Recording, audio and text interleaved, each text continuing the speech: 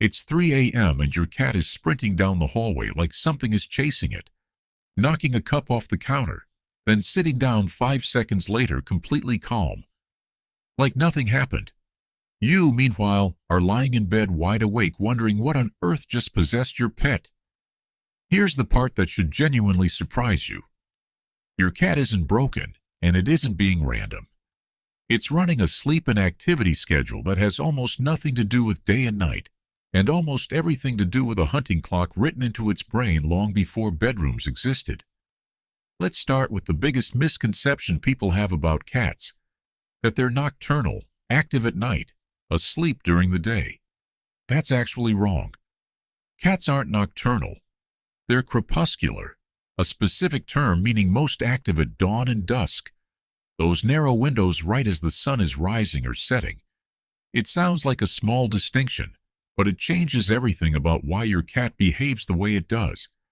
Because it means your cat isn't avoiding daylight.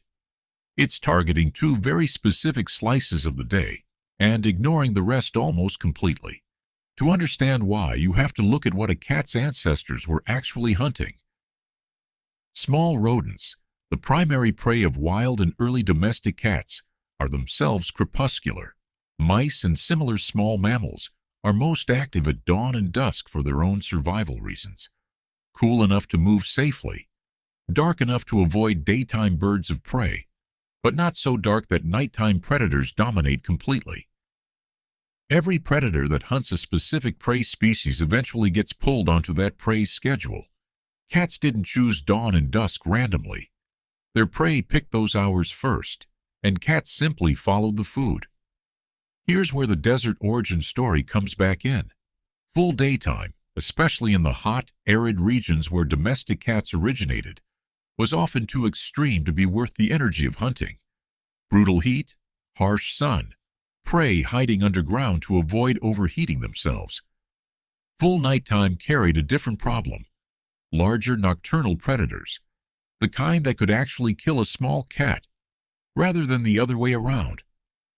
Dawn and dusk threaded the needle perfectly, cool enough to move efficiently, dark enough to hunt effectively, but early or late enough to avoid the most dangerous full-night predators still patrolling. Evolution didn't split the difference by accident. It found the safest, most efficient hunting window available, and built an entire species' internal clock around it. Now here's the part that explains those chaotic bursts of energy you see at dawn, or right before you go to bed.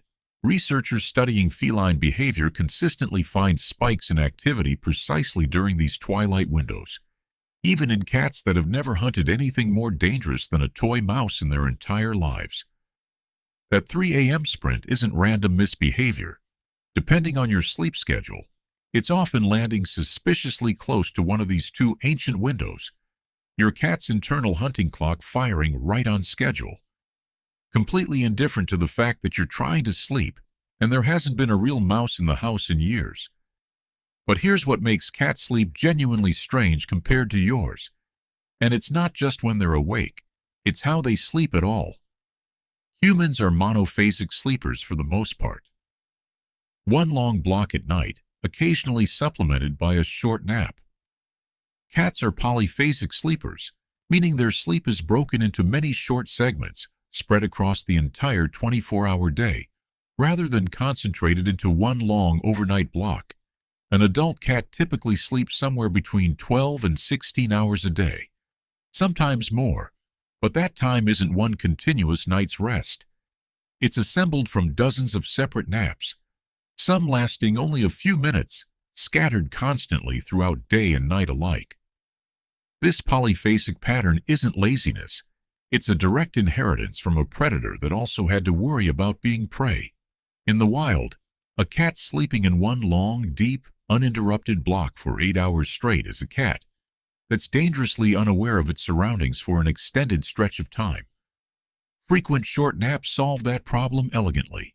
Plenty of total rest, but never for so long at once that the animal becomes an easy, unaware target. Every single nap is a small, deliberate compromise between the very real need for sleep and the very real danger of sleeping too deeply, for too long, all at once. And even within those naps, cats aren't fully checked out the way you are during a deep sleep cycle. A huge portion of a cat's daily sleep is technically light sleep, not the deep, fully unconscious stage humans spend a large chunk of the night in. During light sleep, a cat's senses stay remarkably active. Watch a sleeping cat closely, and you'll often see its ears rotating independently toward sounds, sometimes twitching at a noise from another room, without the cat ever fully waking up or opening its eyes. That's not a coincidence or a twitchy nervous system. That's a nervous system still on partial watch, sampling the environment for danger even in the middle of what looks, to you, like complete unconsciousness. Only a much smaller portion of a cat's sleep drops into true deep sleep, the stage where the body is genuinely, fully offline, muscles slack, senses dulled, sometimes even twitching through visible dreams. This is usually the phase where you'll see paws paddling slightly, whiskers flickering, tiny vocalizations slipping out. It's real, and it matters for actual physical recovery, but it makes up a comparatively small slice of a cat's overall rest. Compared to the much larger pool of light, semi-alert dozing surrounding it, now think about what your cat's actual 24-hour day looks like laid out honestly. A burst of intense activity right around dawn, hunting instinct firing regardless of whether there's anything to hunt. A long stretch of scattered light naps through the sunniest, hottest part of the day, the ancient equivalent of waiting out the desert heat. Another burst of activity as dusk approaches, instinct firing again on schedule. And then, overnight, not one long human-style sleep, but another patchwork of naps, interrupted by brief alert stretches, ears occasionally swiveling toward the house settling, or a car outside, or you rolling over in bed. This is also exactly why so many indoor cats do partially shift toward their owner's schedule over time. And it's a genuinely interesting piece of the puzzle. Cats are behaviorally flexible enough that consistent feeding times, consistent play times, and a consistent human schedule around them can nudge their activity peaks closer to yours. A cat fed and played with right before you go to bed will often show calmer overnight behavior than one left with nothing to do from dinner time until dawn. But even then, the underlying twilight instinct rarely disappears completely. It just gets partially layered underneath whatever routine you've built around it, which is exactly why even the most well-adjusted, sleep-through-the-night house cat will still occasionally erupt into a full sprint around dawn, for absolutely no visible reason at all. So the next time your cat is wide awake doing laps around the living room, while you're desperately trying to fall asleep, understand what you're actually witnessing.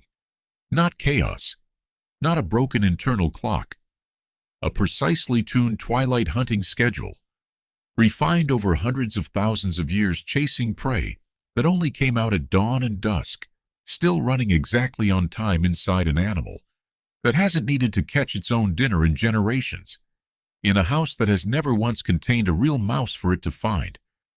If this finally explained your cat's 3 a.m. sprints, hit subscribe, because this channel keeps uncovering the ancient instincts hiding behind the everyday things your cat does. And if you know someone whose cat treats midnight like rush hour, send them this video. They'll finally understand why.